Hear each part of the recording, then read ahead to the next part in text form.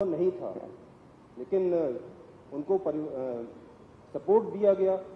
जो हमने support system विद्यालय स्तर तक के लिए बनाया था, सभी ने अपने अपने दायित्वों का भलीभांति निर्वहन किया और हम शिक्षक तक पहुंचे। मतलब सकारात्मक योगदान रहा, तब उसके बिना संभव नहीं था। ये डाइट की ओवरऑल भूमिका क्या थी मैथ्स की तैयारी? समय समय पर सर जो हमने मॉनिटरिंग की और परिस्थितियों का आकलन किया कि किन क्षेत्रों में बेहतर कार्य हो रहा है और किन क्षेत्रों में और अधिक काम करने की आवश्यकता है, उसके आधार पर हमने अपने सपोर्ट सिस्टम का उन्मुखीकरण किया और फिर हम विद्यालय शिक्षकों तक हमने इन चीज़ों को पहुंचाया। और कोई आपके दिमाग में बात हो, सुझाव हो, क्योंकि अब आगे और बढ़ना है। तो शिक्षकों के लिए अगर प्रॉपर सहयोग समय पर उनको मिले और उनके द्वारा जो बेहतर काम किए जा रहे हैं उसको ऊपर आगे बढ़ाया जाए, तो निश्चित रूप से वो प्रेरित होते हैं और उनको देख करके बाकी शिक्षक साथी प्रेरित होकर के कार्य करते हैं। धन्यवाद जड़िया जी, मैं आपको बहुत बधाई देता हूं। इस काम में लगातार लगे रहिए। बहुत बहुत धन्यवाद। अब मैं यहाँ उपस्थित श्रीमती शीला मरावी जी को आमंत्रित करता हूँ, जो बीआरसीसी टोंक खुर्द जिला देवास के पद पर पदस्थ हैं। श्रीमती मरावी जी द्वारा नेस 21 के लिए विकासखंड स्तरीय रणनीति तैयार की गई और बहुत बेहतरीन ढंग से उसका क्रियान्वयन और समन्वय का कार्य किया गया। श्रीमती मरावी। शीला जी, आपको बहुत बहुत बधाई। नमस्कार सर। बस मैं ये पूछना चाहता हूं कि 2017 और 2021 जी सर, दोनों में जो अंतर आया जी, उसमें आपकी भूमिका, आपकी मतलब विकासखंड स्रोत समन्वयक के रूप में जी सर, क्या भूमिका थी? आपने क्या क्या किया? सर सर्वप्रथम तो हमें ये पता था कि 2020 में यह सर्वे होना है, किंतु कोविड के कारण ये सर्वे एक वर्ष और आगे बढ़ गया था। तो वो समय मिला हमको हमारी व्यापक तैयारी करने का, तो हमने हमारे विषयवार शिक्षकों का चयन किया पूरे विकासखंड से। लगभग 26 शिक्षकों का चयन किया। उन शिक्षकों ने उस कोरोना काल में लॉकडाउन के दौरान बच्चों के लिए घर पर बैठकर प्रश्न तैयार किए। उन प्रश्नों की सॉफ्ट कॉपी लगभग 2 महीने में कंप्लीट हो गई। तब तक लॉकडाउन ही चल रहा था, तो उन प्रश्नों को हमने सॉफ्ट कॉपी के रूप में ही प्रत्येक शिक्षक तक पहुंचाने का काम किया। एक तो ये हमारी रणनीति का हिस्सा था। दूसरा हमारा हिस्सा ये था कि राज्य शिक्षा केंद्र से जो भी हमें आदेश, निर्देश, संदेश प्राप्त हों, उसे हम समय पर अक्षरशः लागू करें। ये हमारी रणनीति का दूसरा हिस्सा था। जैसे हमें एक आदेश प्राप्त हुआ था कि संकुल स्तर पर आप क्लस्टर प्रभारियों की नियुक्ति करें, एक एक की, तो हमने उसमें थोड़ा सा हमारे हिसाब से थोड़ा संशोधन किया और उसमें हमने 2-2 क्लस्टर प्रभारियों की नियुक्ति की, तो हमें 2-2 मैन पावर मिल गए। तो इस तरह हमने दुगना प्रयास करके और इसमें हमने काम किया। तो पालक और विद्यार्थियों को भी प्रेरित करने के लिए कुछ किया आपने? जी सर, उस समय सर हमारा घर हमारा विद्यालय पूर्व से ही संचालित था सर। तो हमारे शिक्षक साथी गांव में, क्योंकि अधिकतर मेरे यहाँ रूरल इलाका है, तो अधिकतर शिक्षक साथी जो है चौपालों पे जाते थे। कुछ शिक्षक साथी 2 या 4 बच्चों को लेकर निरंतर बैठ रहे थे। तो बच्चे तो संपर्क में थे, लेकिन उनके बीच में ये नया मैसेज देना था कि अब नेस जो है राष्ट्रीय उपलब्धि सर्वेक्षण, इसकी दिनांक आ गई है और उसके लिए तैयारी हमको करना है।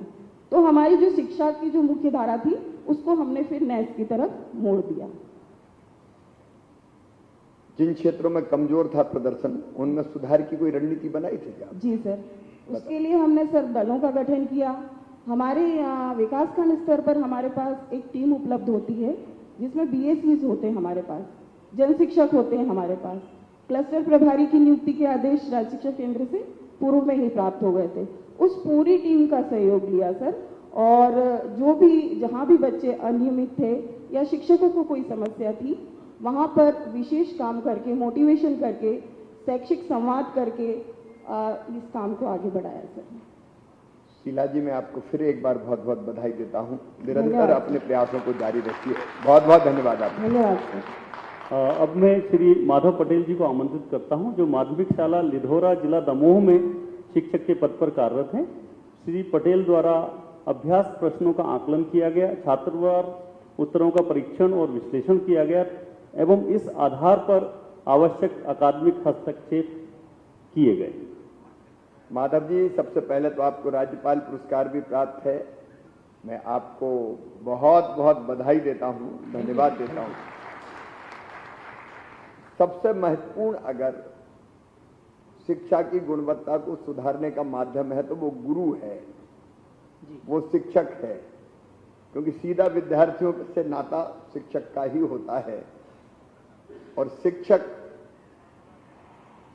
अगर तन्मयता के साथ अपने काम को करता है तो परिणाम कैसे बेहतर आते हैं, ये आपने भी दिखाया। सीखने के प्रतिफल आउटकम की मैपिंग आपने कैसे की, लर्निंग आउटकम की जो मैपिंग है, आप बताइए। एक तो बच्चों को प्रेरित कैसे किया, तैयारी कैसे कराई, लर्निंग आउटकम की मैपिंग कैसे की, क्योंकि परंपरागत तरीके से जो पढ़ाई चल रही थी उसमें से बाहर निकालना, बच्चों को मानसिकता बनाना, वो सबसे महत्वपूर्ण होता है। तो सब जानना चाहेंगे आपने क्या किया। सबसे पहले अहम प्रश्न तो था कि विद्यार्थियों को हम विद्यालय तक ले आए। इसके लिए एसएमसी के साथ साथ जो जनप्रतिनिधि थे और स्थानीय समुदाय के वरिष्ठ लोग थे, उनका सहयोग लेके हम लोग पालकों के घर घर गए और पालकों ने जबरदस्त उत्साह दिखाया कि ये तय किया कि हम विद्यार्थियों को अतिरिक्त समय तक भी विद्यालय में बिठाएंगे। तो पहला लक्ष्य तो हमारा पूरा हो गया सर कि हम विद्यार्थियों को इस स्कूल तक ले आए। दूसरा, हम लोगों ने ये पहले टारगेट बनाया कि 2017 के वो लर्निंग आउटकम्स जिनमें हम औसत थे या औसत से कम थे, पहले हम उनको लिखा एक अपनी डायरी में। फिर वो लर्निंग आउटकम किन किन पाठ्यांशों से लिए गए हैं, उन पाठ्यांशों के साथ उनकी मैपिंग की कि ये वाला हिस्सा इस पाठ में आता है। फिर उन पाठों की प्रतिपूर्ति करने के लिए छोटे छोटे लेसन प्लान बनाए कि 40 मिनट में हम अवधारणा को इस तरीके से बता पाएंगे, इस तरीके से बता पाएंगे। सबसे महत्वपूर्ण काम इसमें यह हुआ सर कि जैसे हमने साप्ताहिक विश्लेषण किया, हल करवाए, जो राज्य शिक्षा केंद्र से प्रश्न पत्र जाते थे वो करवाए। हल करवाने के बाद हमने विद्यार्थीवार आकलन किया कि अगर 15 क्वेश्चन थे तो जनरली 10 क्वेश्चन तो सभी विद्यार्थियों ने कर लिए, परंतु 5 प्रश्न ऐसे थे या तो छोड़ दिए या गलत कर दिए। तो उन किन 5 प्रश्नों को छोड़ा, किस प्रकार का पैटर्न था उनका, आखिर अवधारणा में कहां हमसे चूक रह गई, कमी रह गई कि हम विद्यार्थियों को वो डिलीवर नहीं कर पाए, उसके लिए हमने फिर से कार्य योजना बनाई और अगली सहयोगात्मक कक्षा में उन्हीं पर सबसे ज्यादा फोकस किया जिन अवधारणाओं में हमारे बच्चे औसत रूप से प्रदर्शन ज्यादा अच्छा नहीं कर पाए थे। इसमें एक काम और कर लिया था साथ साथ कि हम लोगों ने जो राज्य शिक्षा केंद्र से प्रश्न आए वो तो करवाए, उनकी प्रकृति समझाने के लिए उसी तरीके के और भी प्रश्न डिजाइन करवाए ताकि विद्यार्थी ये समझ सके कि इस प्रश्न को ऐसे नहीं किसी और तरीके से भी पूछा जा सकता है। ये आपने बहुत अच्छी बात बताई। मैं भी ये समझना चाहता हूं कि रटे नहीं, उनकी समझ बढ़े। जी, इसके लिए कोई अतिरिक्त प्रयास किए नहीं तो हम लोग बैठ जाते हैं एक एकम एक दूनी 2। कई बार हमने स्कूल में देखा रटते चले जा रहा है 2 दूनी 4। तो इस समझ बढ़े बजाय रटने के, इसके लिए कोई अतिरिक्त प्रयास किया जाए। जी, तो सबसे पहले तो जब वो विश्लेषण किया तो निकल के आया कि औसतन ये 10 बच्चे ठीक है, इन 5 को और सहयोग की आवश्यकता है। तो समूह में हमने प्रश्न दे दिए कि इस प्रश्न को आप बताइए किस किस तरीके से और पूछा जा सकता है। तो जब ग्रुप बनाए और बच्चों ने कहा कि घर्षण को इस तरीके से और पूछा जा सकता है, इससे और पूछा जा सकता है, ये प्रश्न बच्चों ही से निकल के आया।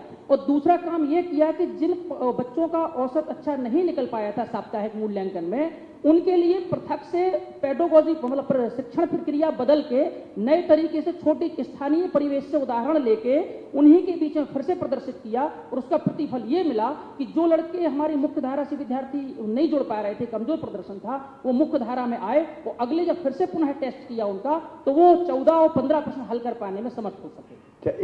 एक सवाल मैं बिल्कुल व्यक्तिगत पूछ रहा हूं आपसे, मैं समझना चाहता हूं, जानना चाहता हूं। ये करते हुए एक शिक्षक, एक गुरुजी के नाते आपके मन में भाव क्या था? देखिए 2 भाव होते हैं। एक सरकारी नौकरी है, जैसे तैसे 10 से 5 टाइम काटना है और निकल जाना है, और एक अंदर का दूसरा भाव होता है कि मेरे ऊपर बड़ी जवाबदारी है नई पीढ़ी को तैयार करने की, क्योंकि वो देश का भाग्य और भविष्य वो पीढ़ी बनाएगी। तो सर एक अध्यापक और एक शिक्षक के नाते मैं आपके मन के भाव क्या थे ये जानना चाहता हूं, और पूरे प्रदेश को भी मैं बताना चाहता हूं कि आपके मन में भाव क्या थे, कैसे आपने संभव किया। तो इसका सिर्फ एक ही निवेदन करूंगा सर कि हम लोग जब रविवार को अवकाश के दिन भी रहे तब भी हमारी उपस्थिति केवल बता दिया था कि कल स्कूल खुला है 100% हो जाती थी, पूरे बच्चे आ जाते थे। हमें समय का कभी पता ही नहीं लगा कि कितना टाइम हो गया। साथ ही साथ जब हम लोग निकलते थे तो बच्चे हम लोगों को खींच लेते थे कि ये प्रश्न और बता दो। हम लोग वहां से स्कूल बंद करने के बाद निकल रहे तो मोहल्ले में हमारे बच्चों के बीच में कोई दीवार थी नहीं, बच्चा घर भी पूछ ले, रास्ते में पूछ ले, कहीं पूछ ले, तो बड़ा आनंद प्राप्त होता था जब बच्चों के साथ काम करते थे। जोर से ताली हो जाएगी।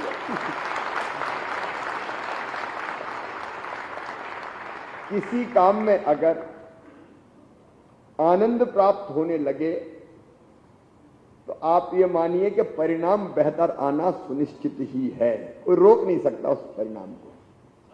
ये जो आनंद की मानसिकता चाहिए कि मेरे ऊपर जवाबदारी है इन बच्चों को बेहतर ढंग से शिक्षित करने की, पढ़ाने की, क्योंकि ये बच्चे कल का भारत बनाएंगे। और इसमें तन्मयता और आनंद अगर आने लगे, और ऐसे शिक्षक हमारे पास जो कहते हैं मुझे आनंद की अनुभूति होती है, ऐसे सभी शिक्षकों को मैं शीश झुका के प्रणाम करता हूं, उनका मैं अभिनंदन करता हूं। अच्छा, 2 बड़े त्योहार आए, दशहरा दिवाली, उस समय भी नहीं लगा कि इस समय तो छुट्टी मना लें? नहीं, हम लोगों का दशहरा दिवाली स्कूल में ही मन गया, क्योंकि घर में तो 5-6 लोग मिल पाते थे, स्कूल में तो सैकड़ों बच्चे हो जाते थे, तो वहां भी उत्साह था। दिवाली भी स्कूल में मना ली हम लोगों ने। एक शिक्षक अगर चाहे तो सारे विद्यालय को बदल सकता है। हम लोग सुन रहे थे माधव जी को, मैं मेरा भी अनुभव आपको बताता हूं। मुझे पढ़ाया, मैं सरकारी स्कूल में पढ़ा, 8वीं तक सरकारी में पढ़ा, फिर वो सरकारी ही था, मॉडर्न स्कूल जो टाटा टोपे नगर में है, माध्यमिक शिक्षा मंडल द्वारा संचालित, तो किसी पब्लिक स्कूल में नहीं गया। और जैत में मैं अपने गांव में पढ़ा तो हाथ में फट्टा लेके जाता था बैठने के लिए, एक हाथ में फट्टा रहता था, बोरी वो टाट भी रहती थी ना, और वो फट्टा काय का रहता था, जो खाली बोरा बोरी रहते थे वो दे देते थे, तो वो पकड़ के एक हाथ में ले जाते थे, क्योंकि वहां उस जमाने में टाट पट्टी नहीं हुआ करती थी बैठने के लिए, और एक में बस्ता होता था।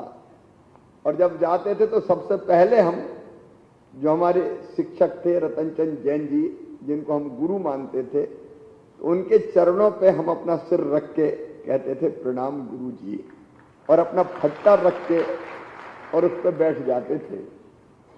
मैं जो कुछ हूं, और मैं सब बच्चों को भी बताना चाहता हूं, अगर मुझे बनाने का श्रेय माता पिता के साथ सबसे ज्यादा है तो मेरे गुरु श्री रतन चंद जैन जी को है। एक शिक्षक बदल देता है। माधव जी, मैं आपका बहुत हृदय से अभिनंदन करता हूं, आपको बधाई देता हूं।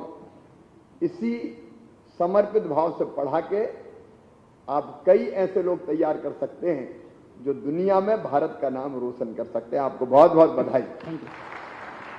अंत में अब मैं श्री प्रशांत श्रीवास्तव जी, जो गणित के माध्यमिक शिक्षक हैं सर, कन्या माध्यमिक शाला बजरंगगढ़, जिला गुना में पदस्थ हैं।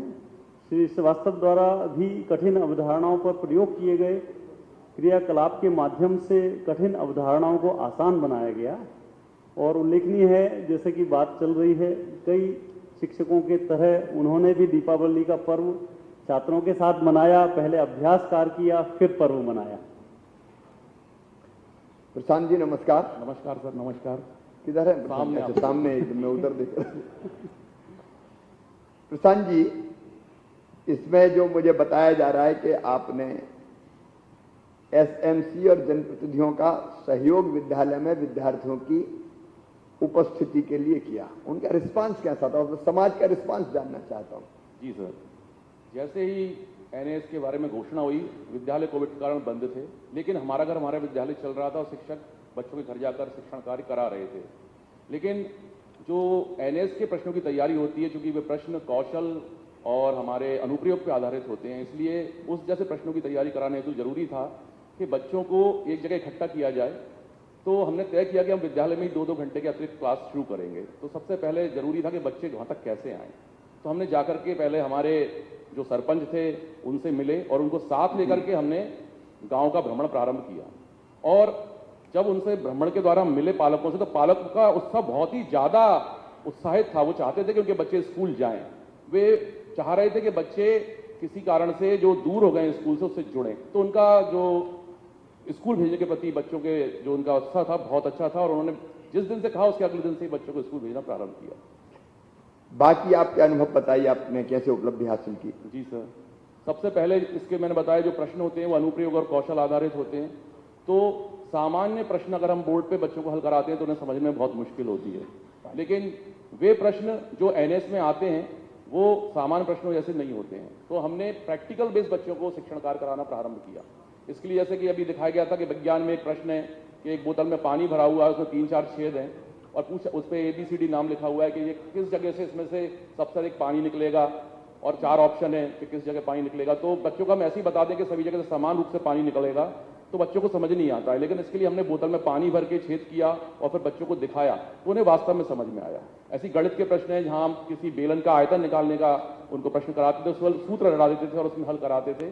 उससे बच्चों को समझ में नहीं आता था, क्रियाविधि में बंधे हुए रहते थे। लेकिन जब उसको बदल के प्रश्न पूछा जाता था तो बच्चे उसको हल नहीं कर पाते थे।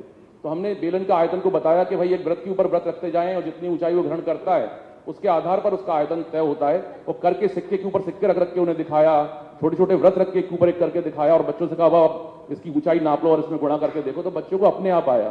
तो इस प्रकार हमने उनको अनुप्रयोग के आधार पर ही सारे प्रश्न सरल हल कराए। बहुत बहुत बधाई आपको और धन्यवाद भी प्रशांत जी, मैं आपका अभिनंदन करता हूं। धन्यवाद सर। जिनके उद्बोधन एवं मार्गदर्शन की हमें आकांक्षा है, हमारे प्रेरणा स्रोत आदरणीय मुख्यमंत्री जी, आपसे विनम्र अनुरोध है कि कृपया अपने उद्बोधन से हम सभी का मार्गदर्शन करें। हमारे शिक्षा मंत्री, जिन पर मैं गर्व करता हूं और जिनके नेतृत्व में टीम ने ये उपलब्धि हासिल की है, आदरणीय इंदर सिंह परमार जी, हमारी प्रमुख सचिव श्रीमती रश्मि जी, धनराजू जी, अभय जी, श्रीकांत जी, द्विवेदी जी, यहां बैठे हुए राज्य शिक्षा केंद्र और शिक्षा विभाग की पूरी टीम, अलग